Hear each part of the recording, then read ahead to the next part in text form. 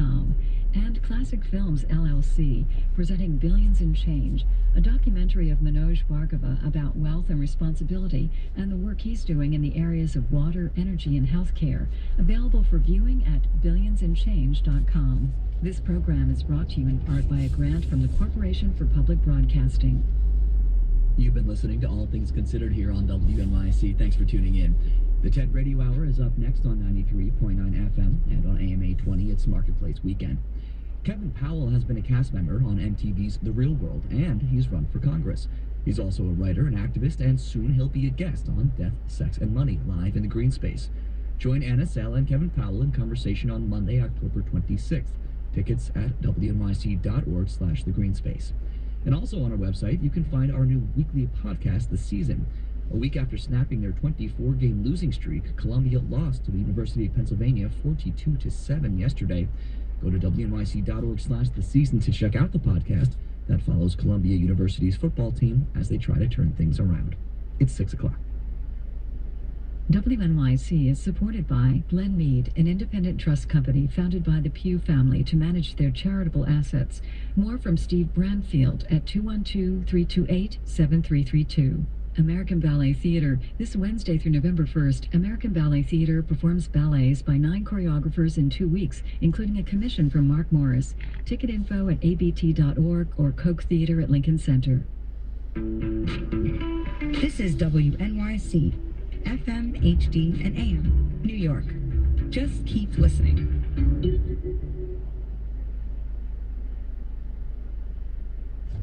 This is the TED Radio Hour. Each week, groundbreaking TED Talks. TED. Technology. Entertainment. Design. Is that really what it stands for? I've never known that. Delivered at TED conferences around the world. The gift of the human imagination. We've had to believe in impossible The things. true nature of reality beckons just beyond.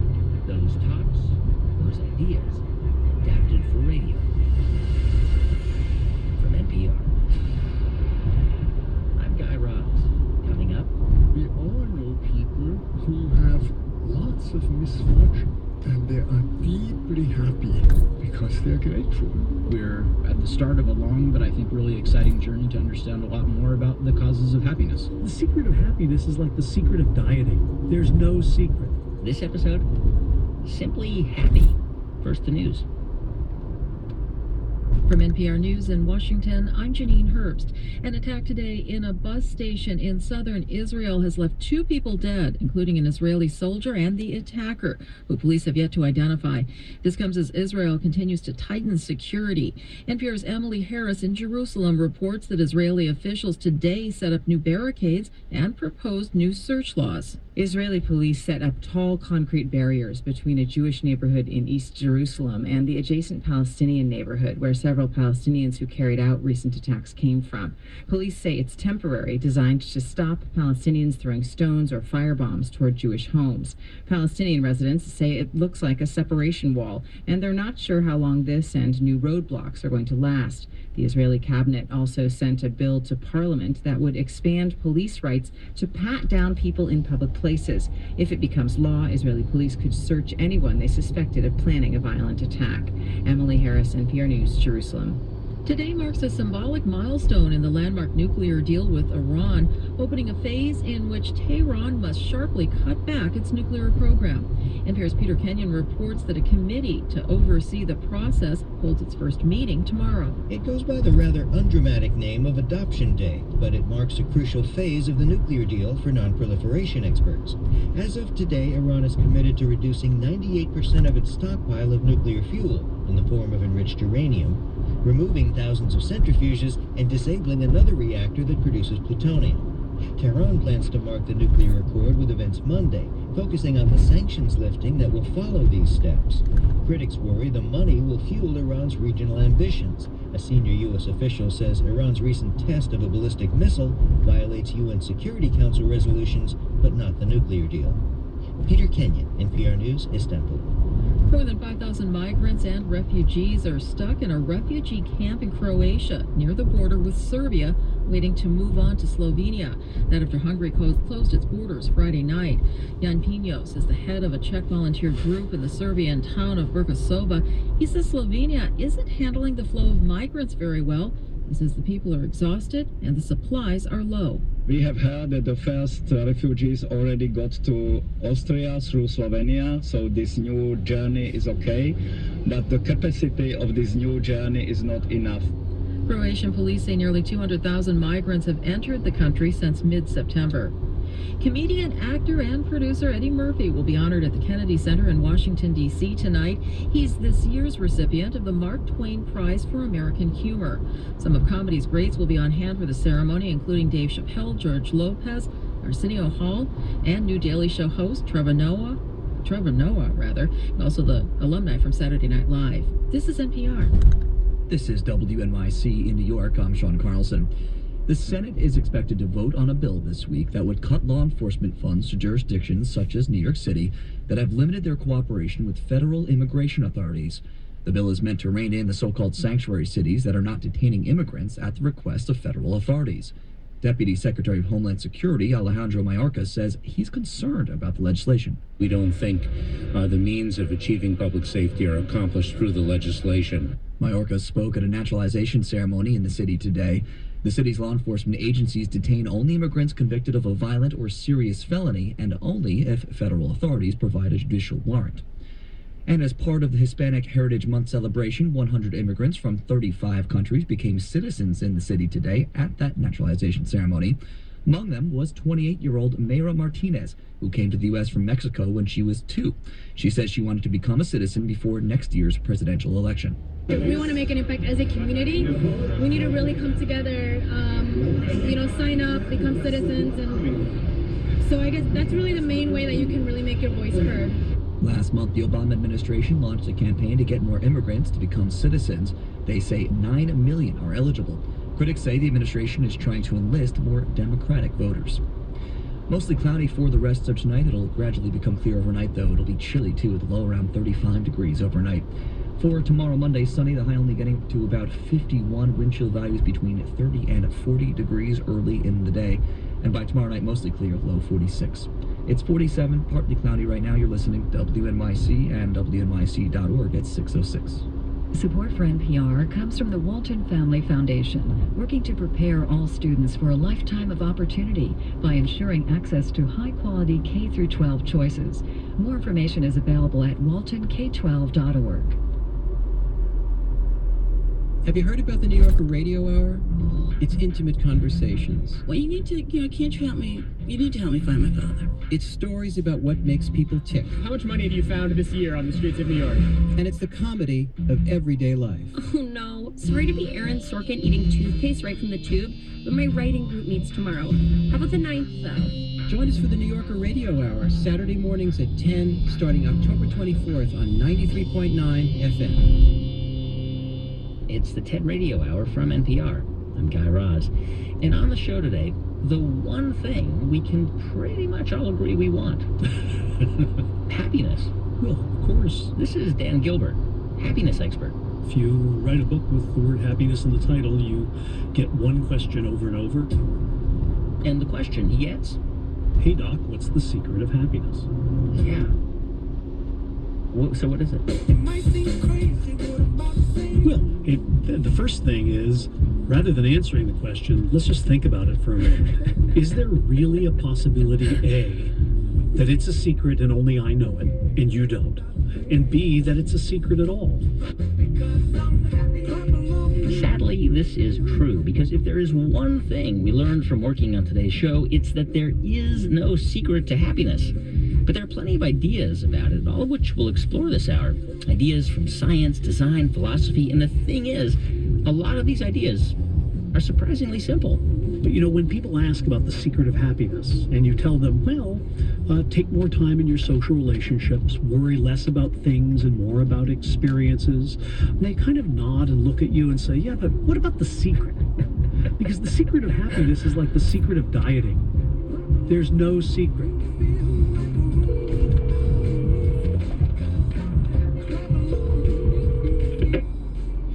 Pharrell, are you there? Yes, sir. So this is your song, man. I mean, happy.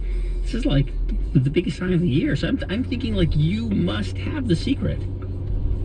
Okay. I mean, no, seriously.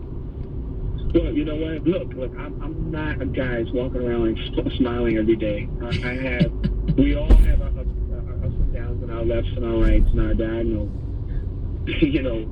but really, much more simple way to look at it is to remember that you deserve to be happy. It's your natural born right. Fair enough. All right, Pharrell, we're going to listen to the rest of the show, and I will meet you on the other side, okay?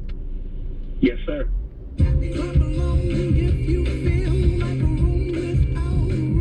And by the way, you have to check out the video to this song. It will literally make you happy. Later in the show, Dan Gilbert will be back to explain why we are all actually hardwired to be happy.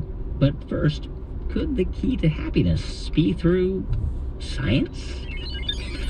Most of what we know about happiness is, what a scientist might call correlational research. Matt Killingsworth is a scientist who studies the causes and nature of human happiness. Like, why are we happy at particular moments and unhappy at other ones?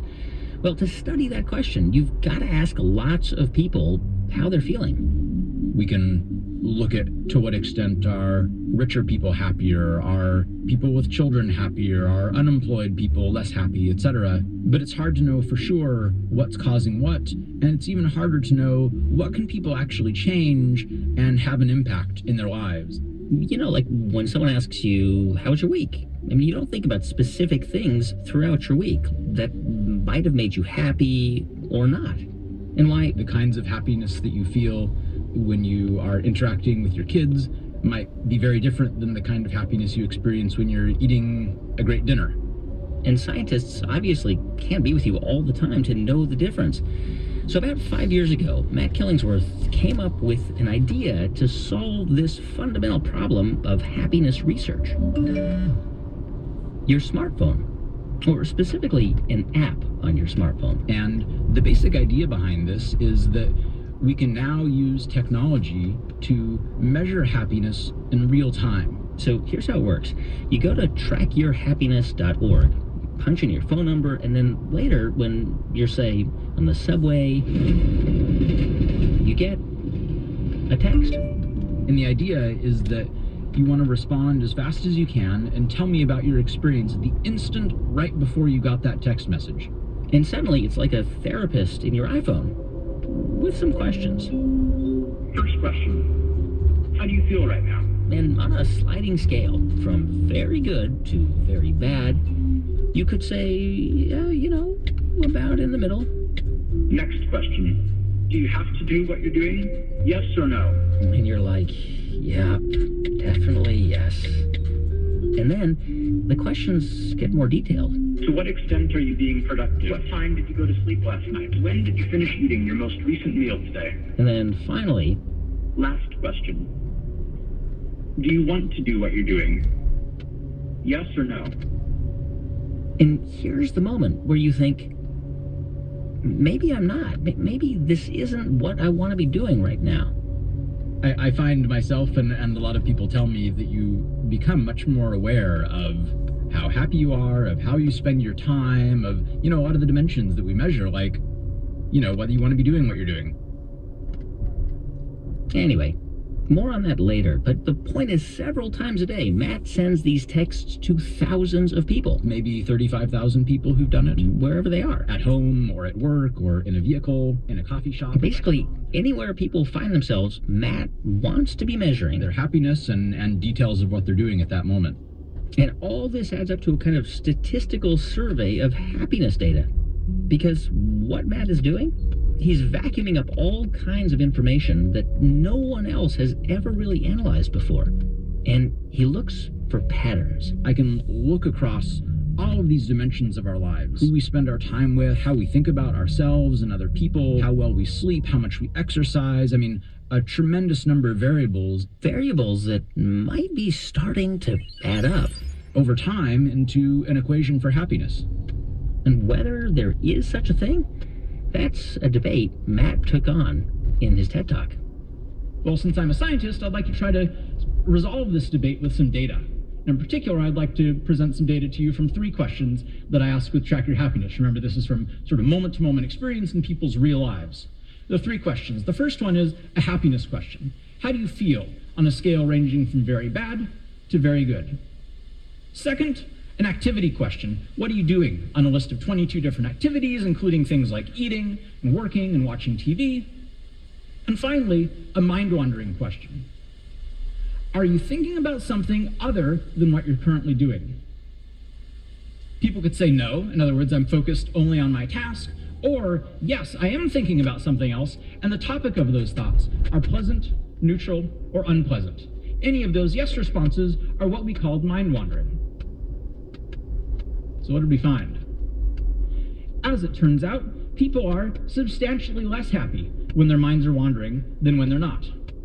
Now you might look at this result and say, okay, sure, on average people are less happy when they're mind wandering, but surely when their minds are straying away from something that wasn't very enjoyable to begin with, at least then mind wandering should be doing something good for us. Nope. As it turns out, people are less happy when they're mind wandering no matter what they're doing. For example, people don't really like commuting to work very much. It's one of their least enjoyable activities, and yet they are substantially happier when they're focused only on their commute than when their mind is going off to something else. It's amazing. So how could this be happening? I think part of the reason, a big part of the reason, is that when our minds wander, we often think about unpleasant things, and they are enormously less happy when they do that. Our worries, our anxieties, our regrets. 47% of the time, people are thinking about something other than what they're currently doing, ranging from a high of 65% when people are taking a shower, brushing their teeth, to 50% when they're working, to 40% when they're exercising, all the way down to this one short bar on the right that I think some of you are probably laughing at. 10% of the time, people's minds are wandering when they're having sex.